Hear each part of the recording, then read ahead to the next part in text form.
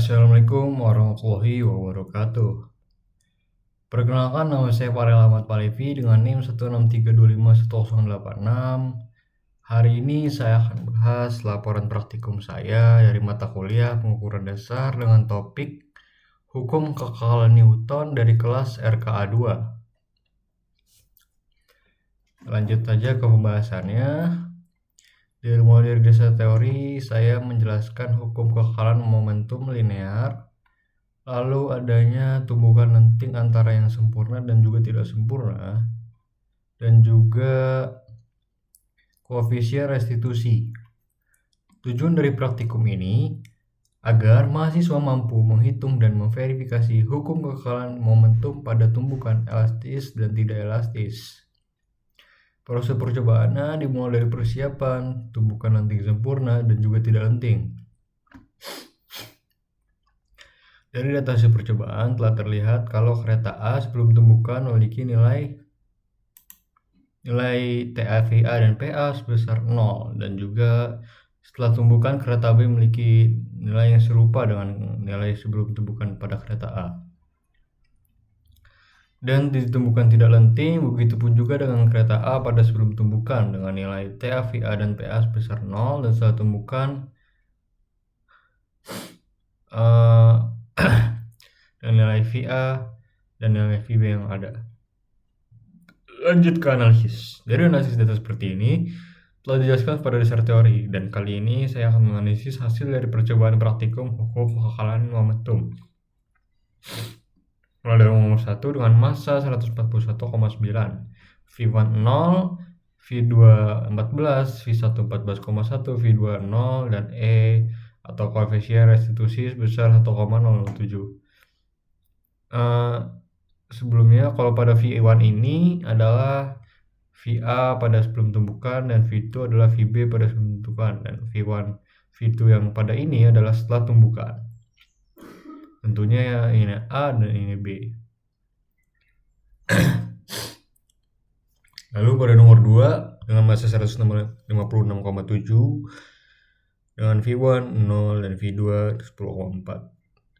Setelah tumbukan V1 10,7 dan V2 0 dengan koefisien restitusi 1,028. Lalu pada nomor 3 dengan massa 169,1 dengan V1 0, V2 0,06, V1 setelah tumbukan 11,2, dan setelah tumbukan V2 dengan tetap 0 dengan koefisien restitusi yang sedikit berbeda dengan nilai paling tingginya yaitu 193,33. Lalu dengan massa 181,5 dengan V1 tetap, V2 0,19, V1 setelah tumbukan 9,7, V2 tetap, dan 51,052 pada koefisien restitusi. Lalu yang terakhir massa 206,6 dengan V1 0, V2 11,9, V1 setelah tumbukan 10,7, dan tentunya dengan nilai tetap pada V2 dan E atau koefisien restitusinya 0,899. Dari data tersebut, data ini adalah hasil dari tumbukan lenting sempurna. Dari perhitungan koefisien restitusi, dapatkan kalau hasil rata-ratanya 49,46, tetapi dari angka tersebut membuktikan bahwa tumbukan tersebut merupakan tumbukan lenting yang sempurna. Hal tersebut tentu dapat terjadi karena beberapa faktor, misalnya faktor hambatan udara, gesekan, dan juga lain-lainnya.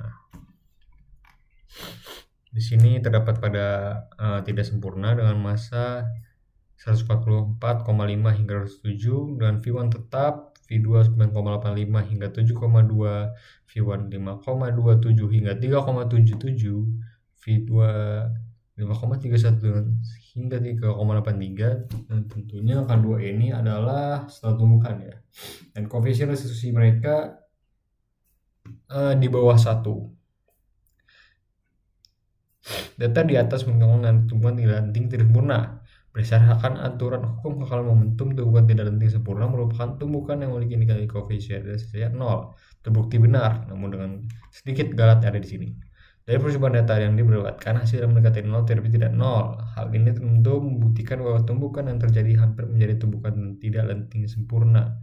Tentu hal ini yang dapat terjadi karena banyak sekali faktor eksternal, faktor hambatan udara yakni saat melakukan percobaan.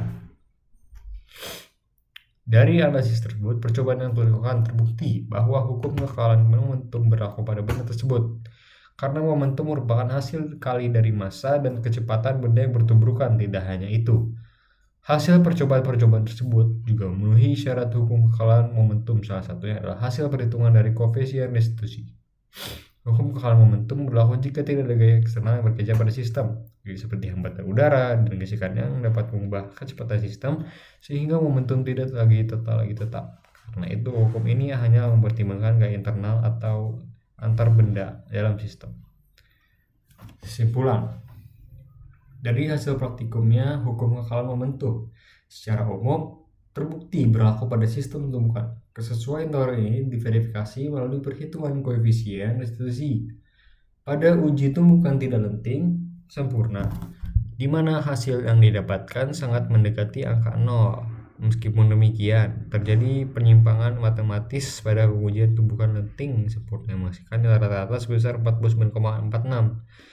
Hal ini tentu kurang ideal atau bahkan sangat tidak ideal karena membuktikan hasil sistem tidak terisolasi secara sempurna dari gaya eksternal. Ada faktor luar seperti hambatan udara dan gaya gesekan turut bekerja mengubah kecepatan sistem sehingga momentum total benda tidak lagi bernilai konstan secara sempurna. Saya menggunakan referensi ini dan lampiran ini dan perincian perhitungan saya di sini. Mungkin itu saja yang bisa saya jelaskan atau saya bahas. Lebih mohon maaf. Assalamualaikum warahmatullahi wabarakatuh.